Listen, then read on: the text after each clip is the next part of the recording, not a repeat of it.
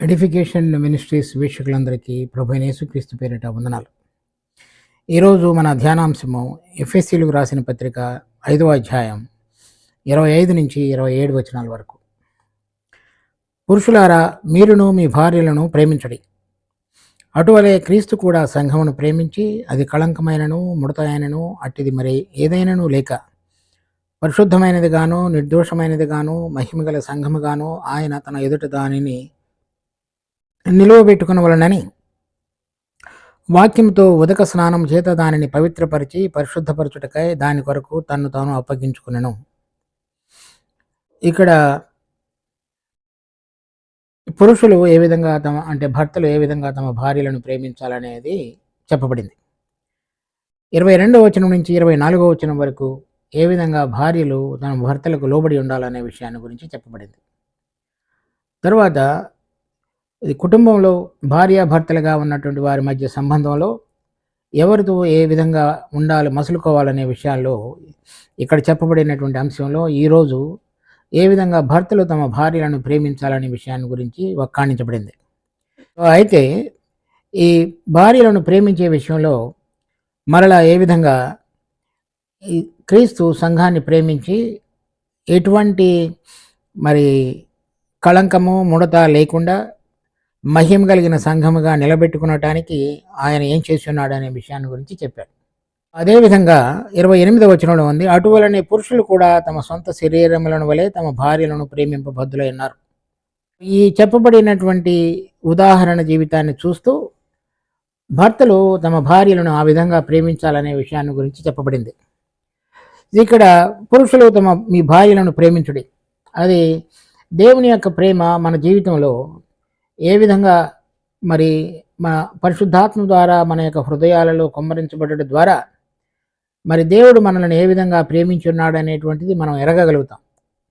అది అనేక విషయాలలో రుచి చూచుచున్న కొలది మన పాపక్షమాపణ, మన పాపముల విషయమై స్వభావం మీద జయం పొందగలగటానికి ప్రతిరోజు మనలో ఆయన ఉండి ఆత్మ ద్వారా సహాయపడుతూ మనలను ప్రత్యేకపరుస్తూ దేవుడు కోరిన విధంగా జీవించగలగటానికి సహాయపడుతున్నాడు. అది రుచి చూచుతున్న కొలది ఆయన యొక్క ప్రేమ యొక్క విలువను లోతును మనం తెలుసుకొనగలుగుతాం. అదే ప్రేమను తమ భార్యల పక్షంగా చూపించాలనే విషయాన్ని ఇక్కడ ప్రభు మనకు గుర్తు చేస్తున్నాడు. దానికి ఏ విధంగా క్రీస్తు సంఘాన్ని ప్రేమించాడు అనేటువంటిది అనేక చోట్ల చెప్పబడినప్పటికీ ఇక్కడ చెప్పబడినటువంటిది గురుతుగా ప్రమాణంగా తీసుకొని భర్తలు తమ భార్యలను ప్రేమించాలనే విషయాన్ని ఇక్కడ హెచ్చరించబడింది. ఇక్కడ చెప్పబడినటువంటిది క్రీస్తు కూడా సంఘమును ప్రేమించి అది కళంకమైనను ముడతైనను అట్టిది మరి ఏదైనను లేక పరిశుద్ధమైనదిగా నిర్దోషమైనదిగా మహిమ కలిగిన సంఘముగా ఆయన తన ఎదుట దానిని నిలువబెట్టుకున్న వల్లని ఇక్కడ ఏమి ఉండకూడదో అవి చెప్పాడు. మొదట కళంకము ముడత ఆ రెండూ లేకుండా, తర్వాత ఎలా ఉండాలో చెప్పాడు, పరిశుద్ధమైనది నిర్దోషమైనదిగా ఎందుకు ఉండాలో చెప్పాడు, అది మహిమ కలిగిన సంఘంగా. కనుక ఈ విషయాలు కలిగి ఉండగలగటానికి అది ఆయన ఏం చేశాడో చెప్పాడు. తన్ను తాను సమర్పించుకున్నట్టు మాత్రమే కాకుండా వాక్యము అనే ఉదక స్నానము చేత దానిని పవిత్రపరిచి పరిశుద్ధపరచుటకు, అది అంతకు మునుపు చేసిన కార్యం, అది తన్ను తాను అప్పగించుకున్నటువంటిది. పరిశుద్ధపరచుట అనేటువంటిది ఇప్పుడు జరుగుతున్న కార్యం. ఆ రెండు చేసి అది ముడత కళంకము లేకుండా ఉండటానికి, తర్వాత ఏమి కలిగి ఉండాలో పరిశుద్ధమైనది నిర్దోషమైనదిగా ఉండటానికి, మహిమలో ప్రవేశించి ఆయనతో పాటుగా ఉండటానికి తగినటువంటి విధంగా ఎటువంటి అంతరంగ రూపంలో మార్పు జరగాలో అటువంటి దానిలోనికి రావటానికి తను తాను అప్పగించుకున్నాను అని రాయబడి ఉన్నది. కనుక ఈ విషయాన్ని కనుక మనం అర్థం చేసుకోగలిగితే దేవుడు భర్తలకు ఇవ్వబడినటువంటి గొప్ప బాధ్యతను మనం సరైన విధంగా తెలుసుకొనగలిగి దేవుని యొక్క దృష్టిలో భర్త యొక్క నియమాన్ని చక్కగా నిర్వర్తించగలిగిన వారంగా ఉండగలుగుతాం. దీనికి దేవుని యొక్క కృప భర్తలందరికీ కూడా ఎంతో అవసరమైనది. ఎందుకంటే ఇక్కడ క్రీస్తు ఏ విధంగా అయితే తను తాను అప్పగించుకున్నాడో, తర్వాత అటువంటి సమర్పణ జీవితాన్ని తన భార్యలో ఈ దేవుని సంబంధమైనటువంటి గుణములు రాగలగటానికి తన పాలు ఏదైతే చేయాలో ఆ విధంగా చేయగలగటానికి ఉండవలసిన మనసు ఏదైతే ఉండాలో నిస్వార్థమైనటువంటిది, వారిని ప్రేమించగలిగినటువంటి మనసు, అది మరి దేవుడు భర్తలలో ఉండాలని కోరుతున్నాడు. అది కేవలము మరి దేవుని యొక్క ప్రేమను మనం రుచి చూచిన తర్వాత మరి మనం వారిని ప్రేమించడం అనేటువంటిది అప్పుడు మాత్రమే నేర్చుకోగలుగుతాం. మనలో ఉన్నటువంటి ప్రాణ సంబంధమైనటువంటి ఇష్టంతో కూడిన ప్రేమ ఈ దేవుని సంబంధమైనటువంటి ప్రేమకు సరిపోయినది కాదు. చెప్పబడినటువంటి దేవుని యొక్క వాక్యంలో ప్రేమ అనే మాటకు 3 గ్రీకు పదాలు వాడబడ్డాయి. ఒకటి మరి ఒకరితో ఒకరికి ఆకర్షణ కలిగినటువంటిది. రెండవది మరి తల్లిదండ్రులు, కుమారులు, తర్వాత పిల్లలు, వారితోటి మనకి ఫ్రెండ్స్, వాళ్ళతోటి కలిగి ఉండేటువంటి ప్రేమపూర్వకమైన బంధం. మూడవది దేవుడు మనుషులను ప్రేమించేటువంటి ప్రేమ, అది నిస్వార్థమైనది. తర్వాత ఆ ప్రేమలో తన్ను తాను సమర్పించుకునేటువంటిది.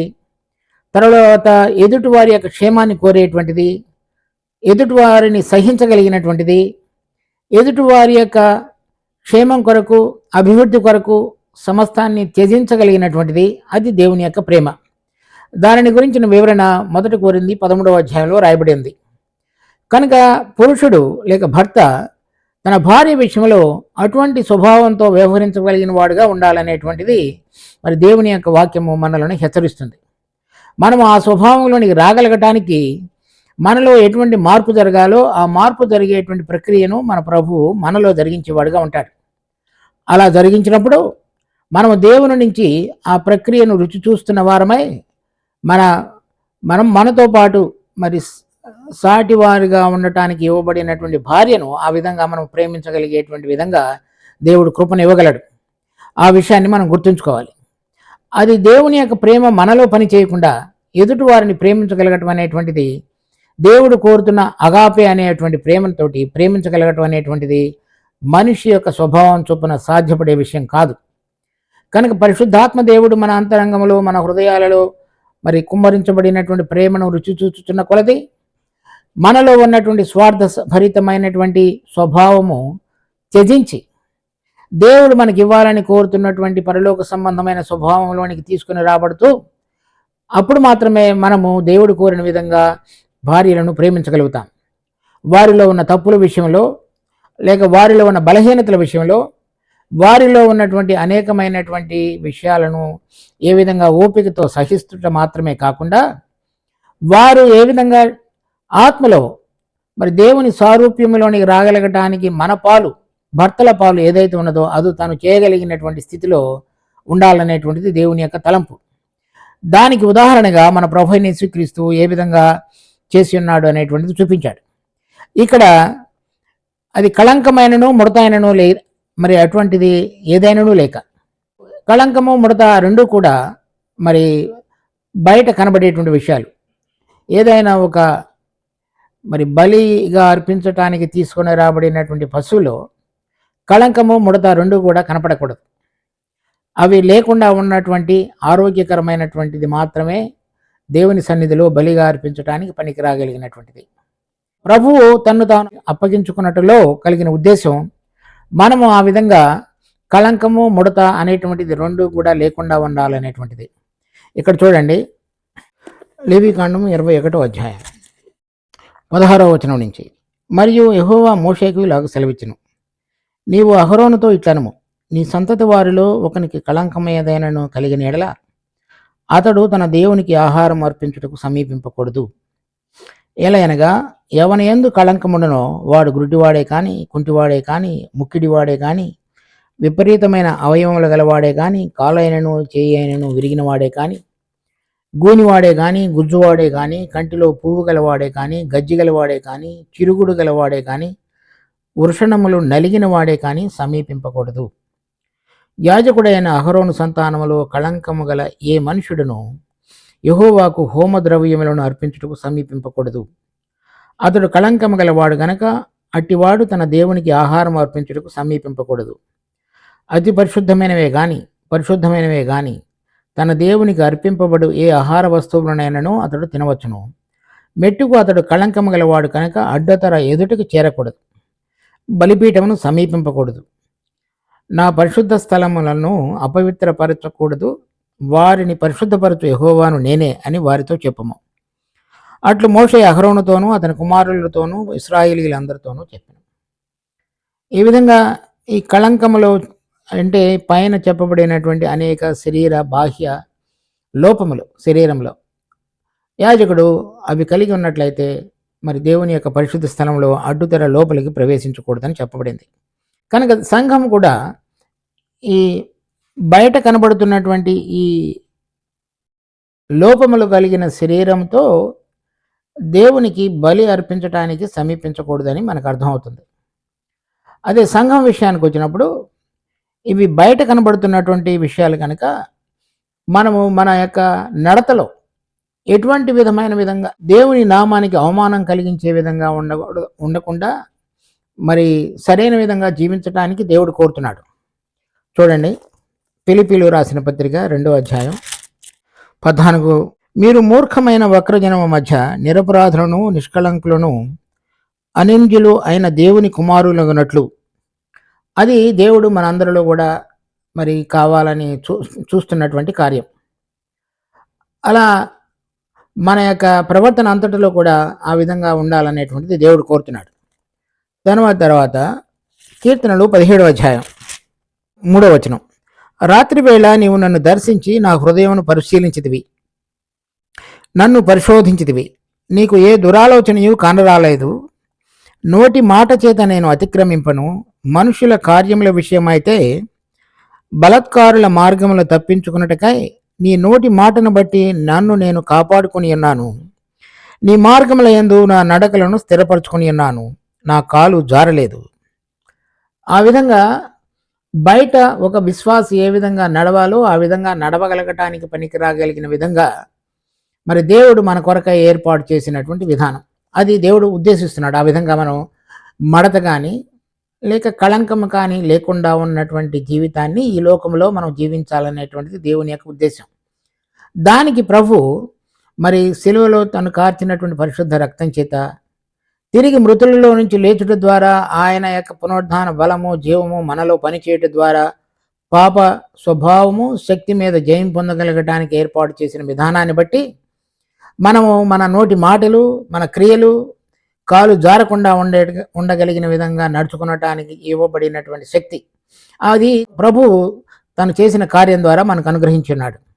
దాని తర్వాత మనం చూస్తే ఎఫెసీ పత్రిక 5వ అధ్యాయం తర్వాత పరిశుద్ధమైనది గాను నిర్దోషమైనది గాను. ఈ పరిశుద్ధత అనేటువంటిది అంటే లోకము నుంచి వేరుపరచబడి తర్వాత దేవుని కొరకు జీవించేటువంటి జీవితమని అర్థం. అంటే మనలో ఉన్నటువంటి ఈ నీతి క్రియలు జరిగించే స్వభావం మాత్రమే కాకుండా లోకం నుంచి ప్రత్యేకపరచబడి కేవలం దేవుని కొరకు జీవించుట అనేటువంటి అనుభవం కలిగినటువంటి జీవితమని అర్థం.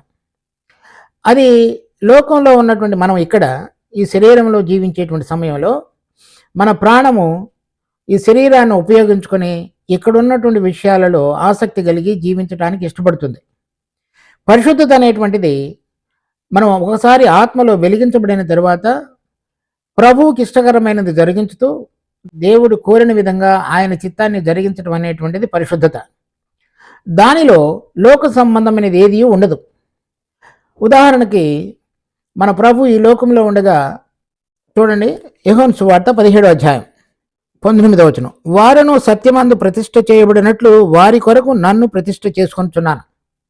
అంటే ఆయన తండ్రి యొక్క చిత్తాన్ని జరిగించుతూ చనిపోవటానికి సిద్ధపరచబడిన వాడుగా ఉండి లోకములో ఉన్నది ఏది కూడా తను అంటుకొనకుండా జీవించినటువంటి జీవితం.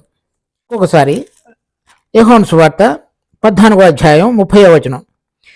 ఇకను మీతో విస్తరించి మాట్లాడను, ఈ లోక అధికారి వచ్చుచున్నాడు, నాతో వానికి సంబంధం ఏమీ లేదు. అనగా లోకములో ఉన్నది ఏది కూడా అతడు అంటకుండా ఆ లోకాధికారి ప్రభువు దగ్గరికి వచ్చి లోకమునకు సంబంధించినది ఏది కూడా అతనిలో ఉన్నదని అతని మీద అభియోగం మోపగలిగిన విధంగా లేదు మన ప్రభు యొక్క జీవితం. మన పరిశుద్ధులుగా చేయటం అనేటువంటిది దేవుడు చేస్తున్న కార్యం ఏంటంటే కేవలము నీతిగా మన యొక్క ఈ లోక సంబంధమైనటువంటి జీవితంలో దేవుడికి ఇష్టకరంగా జీవించుట అనేటువంటిది మాత్రమే కాకుండా లోకము నుంచి వేరు చేయబడి ప్రత్యేకపరచబడి దేవుని కొరకు జీవించటం. మనం ఈ లోకంలో సరిగా జీవించవచ్చు కొన్నిసార్లు, కానీ దేవుని కొరకు జీవించడం అనేటువంటిది దానికంటే ఉన్నతమైనటువంటి మెట్టు. అది పరిశుద్ధతకు గుర్తుగా ఉంది. అంటే దేవా, నీ చిత్తము జరిగించుట నాకు సంతోషకరము, నీ ధర్మశాస్త్రము నా ఆంతర్యంలో ఉన్నది అని ప్రభు ఏ విధంగా చెప్పి ఆ ప్రకారంగా ఇక్కడ తండ్రి యొక్క చిత్తాన్ని నెరవేర్చడానికి తన యొక్క బోధ, నడక, క్రియలు, మాటలు ఇవన్నీ కూడా తండ్రి ఏది చెప్పి ఉన్నాడో అది చేసి ఉన్నాడు. అది పరిశుద్ధతకు గుర్తు. ఆయన చివరకు శిలువ మీదకి వెళ్ళటానికి కూడా నా చిత్తము కాదు నీ చిత్తము చొప్పునే అని చెప్పబడినట్లుగా ఆ విధంగా తను తాను ప్రత్యేకపరచుకొని ఈ లోకము నుంచి వేరైన జీవితం కలిగి తండ్రి కోరుతున్నటువంటి చిత్తాన్ని జరిగించడానికి తను తాను సమర్పించుకుని వాడుగా ఉన్నాడు కనుక అది పరిశుద్ధతకు గుర్తుగా ఉంది. మనము ఈ లోకంలో ఉండగా నీతిగా జీవించవచ్చు, కానీ దేవుడు కోరిన విధంగా జీవించకుండా కూడా ఉండగలిగే అవకాశం ఉంది. దేవుడు కోరిన విధంగా దేవుని యొక్క చిత్తాన్ని జరిగించడం అనేటువంటిది ఈ లోకం నుంచి వేరై మరి లోక అధికారి యొక్క వశములో కాకుండా తండ్రి యొక్క వశము చొప్పున ఆయన చిత్తాన్ని జరిగించుతూ పరలోక సంబంధమైన అంతరంగ స్వభావానికి తగిన విధంగా సిద్ధపాటులోనికి రావటం అనేటువంటిది పరిశుద్ధత. అది నీతి అనే దానికంటే ఉన్నతమైనటువంటిదిగా ఉంది. అది ఆ విధంగా మనం జీవించగలగటానికి దేవుడు మనకు సహాయపడును గాక. అది ఆ విధంగా సంఘాన్ని నిలబెట్టగలగటానికి మరి ప్రభువు తన్ను తాను అప్పగించుకున్నట్లుగా ఇక్కడ రాయబడినది. మరి అటువంటి విధంగా భర్త ఈ లోకం నుంచి వేరైనటువంటి జీవితాన్ని కలిగి ఉండి తన భార్యను ఆ విధంగా పురికొల్పుతూ ప్రేరేపిస్తూ ఆ దేవుడు కోరుతున్నటువంటి విధంగా లోకంలో నుంచి వేరైన విధంగా ఆత్మ యొక్క మరి నడిపింపు ద్వారా పరలోక సంబంధమైన దాని కొరకు జీవింపగలగటానికి తనను పురికొల్పుతూ నడిపించగలిగిన వాడు భర్త. అది ఇక్కడ చెప్పబడుతున్నటువంటి ఉద్దేశం. చూడండి, 1 పేతురు 3వ అధ్యాయం 7వ వచనం. అటువలనే పురుషులారా, జీవము అను కృపావరములో మీ భార్యలు మీతో పాలివారు ఉన్నారని ఎరిగి ఎక్కువ బలహీనమైన ఘటమని భార్యను సన్మానించి మీ ప్రార్థనలకు అభ్యంతరము కలగకుండానట్లు జ్ఞానము చొప్పున వారితో కాపురం చేయండి. ఇక్కడ పురుషులకు ఇవ్వబడినటువంటి ఒక హెచ్చరిక.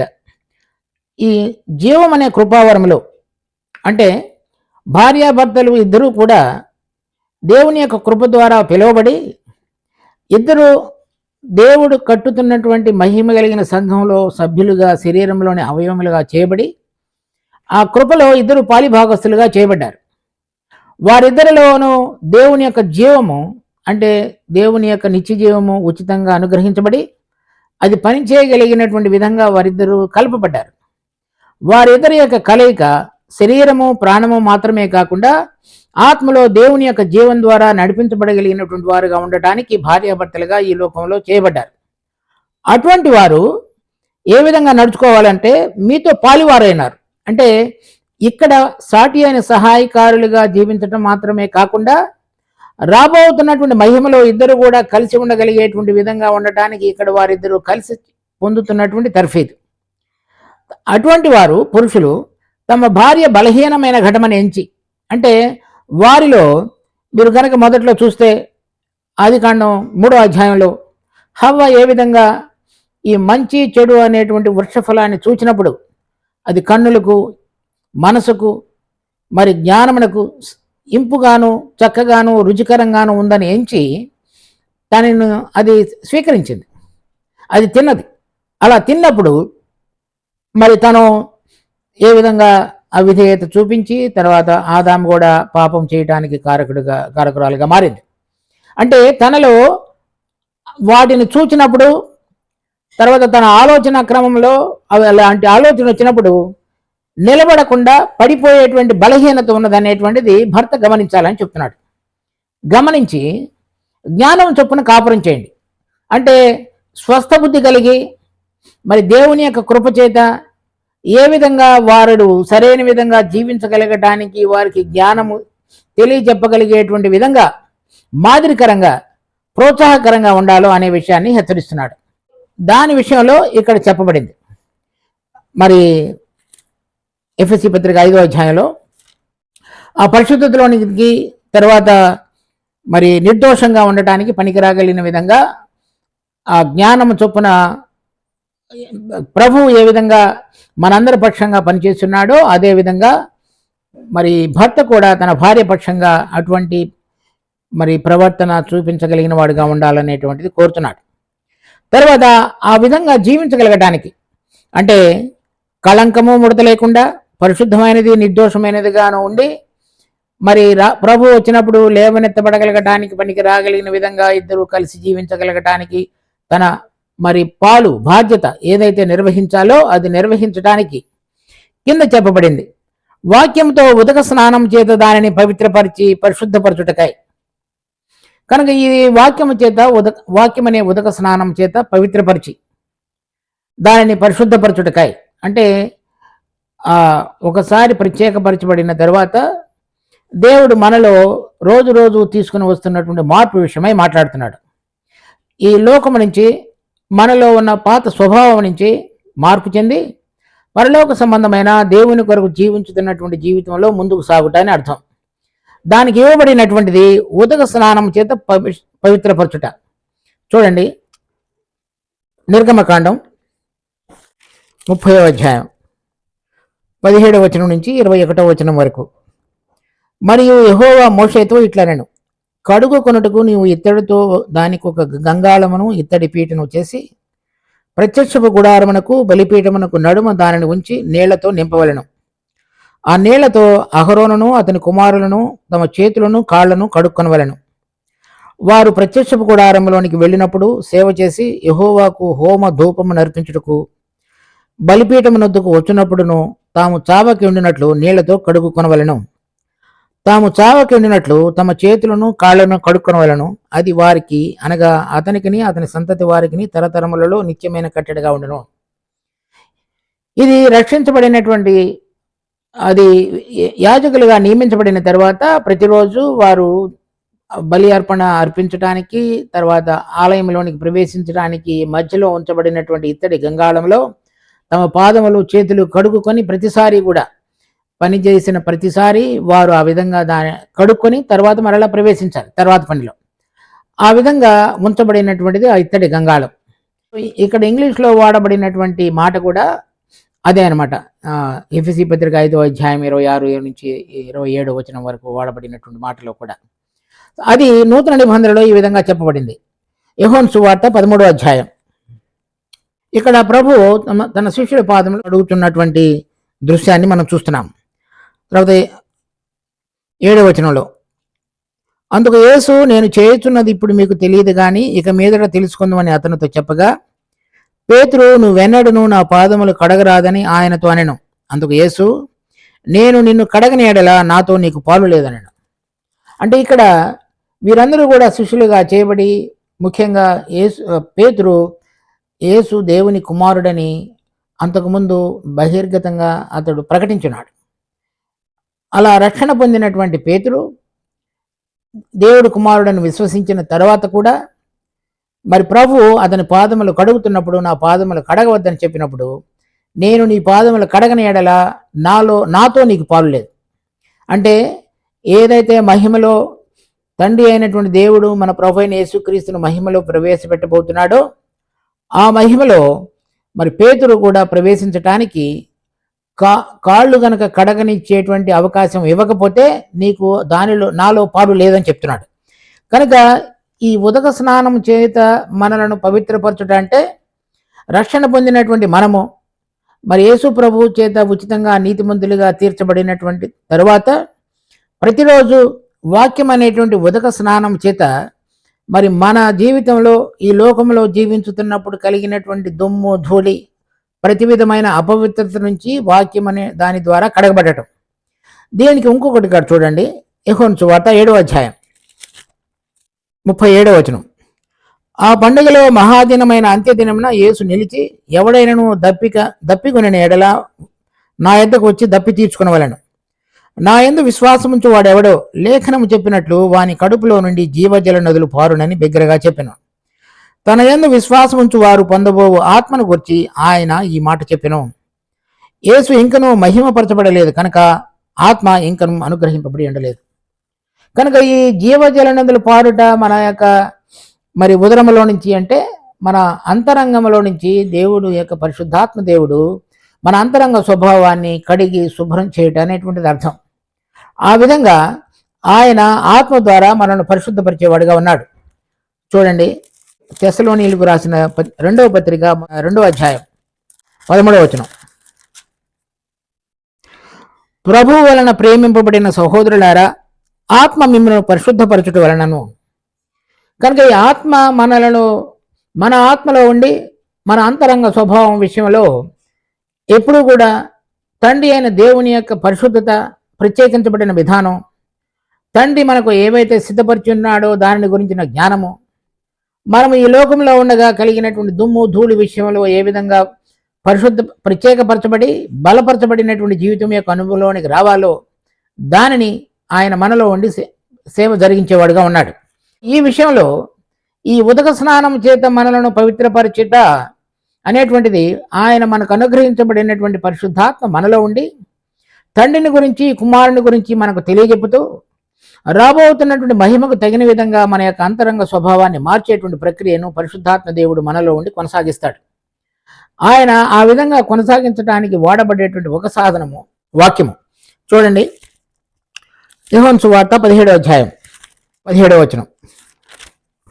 సత్యమందు వారిని ప్రతిష్ఠ చేయము, నీ వాక్యమే సత్యము. కనుక ఈ ప్రతిష్ఠ చేయుట లేక పరిశుద్ధపరచుట అనేటువంటి 2 మాటలు కూడా ఒకే గ్రీకు మూల పదం నుంచి వాడబడినటువంటి పదాలు. సత్యము అందు వారిని ప్రతిష్ఠ చేయము, నీ వాక్యమే సత్యము. అంటే ఈ వాక్యము మనలో ఉండి పరిశుద్ధాత్మ ప్రభావం చేత మనము దేవుని పోలికలోనికి మార్చబడగలిగేటువంటి కార్యాన్ని జరిగిస్తాడు. తర్వాత చూడండి, కొరింథీయులకు రాసిన 2వ పత్రిక 3వ అధ్యాయం 17వ వచనం. ప్రభువే ఆత్మ, ప్రభువు యొక్క ఆత్మ ఎక్కడ ఉండునో అక్కడ స్వాతంత్రం ఉండును. మనమందరమును ముసుగులేని ముఖముతో ప్రభువు యొక్క మహిమను అద్దము వలె ప్రతిఫలింప చేయుచు మహిమ నుండి అధిక మహిమను పొందుచు ప్రభువుకు ఆత్మ చేత ఆ పోలికగానే మార్చబడుతున్నాము. కనుక ఈ పరిశుద్ధాత్మ దేవుడు మనలో నివసిస్తూ మనము దేవుని పోలికలోనికి మార్చబడగలగటానికి, మరి లోకము నుంచి వేరైనటువంటి జీవితం కలిగి పరలోక సంబంధమైన యొక్క అనుభవంలోనికి రాగలుగుటకు ప్రతిరోజు మనలో పనిచేస్తూ మన జీవింప చేస్తూ దేవుని పరంగా మనలో మార్పు కార్యాన్ని కొనసాగించేవాడుగా ఉంటాడు. అది ఈ వాక్యం అనే ఉదక స్నానము చేత మనలను పవిత్రపరిచి పరిశుద్ధపరచుట అనే కార్యము మరి నిరంతరాయంగా ఆయన అనుమతించే వారి జీవితాలలో కొనసాగించేవాడుగా ఉంటాడు. కనుక క్రీస్తు సంఘాన్ని ప్రేమించి తన్ను తాను అప్పగించుకుంటూ మాత్రమే కాకుండా కళంకమో ముడత లేకుండా పరిశుద్ధమో నిర్దోషంగా ఉంటూ రాబో దినాలలో మహిమ కలిగినటువంటి దానిలో ప్రవేశపెట్టగలగడానికి పనికి రాగలిగిన విధంగా దేవుడు మనలో ఆయన కార్యాన్ని కొనసాగిస్తున్నాడు.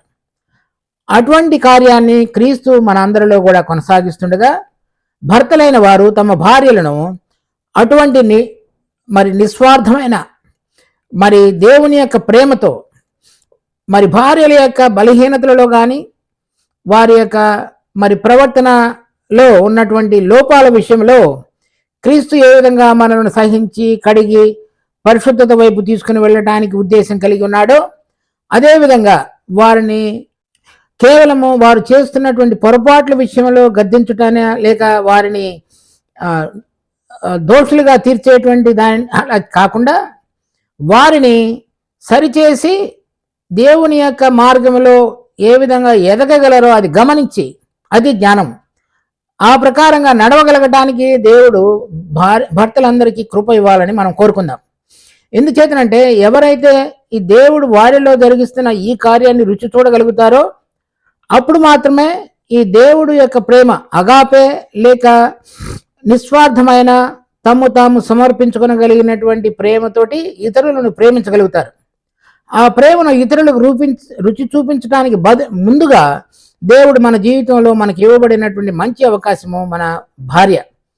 వారి జీవితంలో వారి కలిగిన బలహీనతలను గుర్తెరిగి సరైన విధంగా దేవుని యొక్క కృప చేత మరి మనం వారిని గనక దేవుడు కోరే విధంగా ప్రేమించగలిగితే మన జీవితాలు వారి జీవితాలు కూడా ఆ మహిమలో పాలివారవటానికి సిద్ధపడటానికి దేవుడు మనందరికీ కృప చూపించి ఆత్మ ద్వారా నడిపించగలుగుతాడు.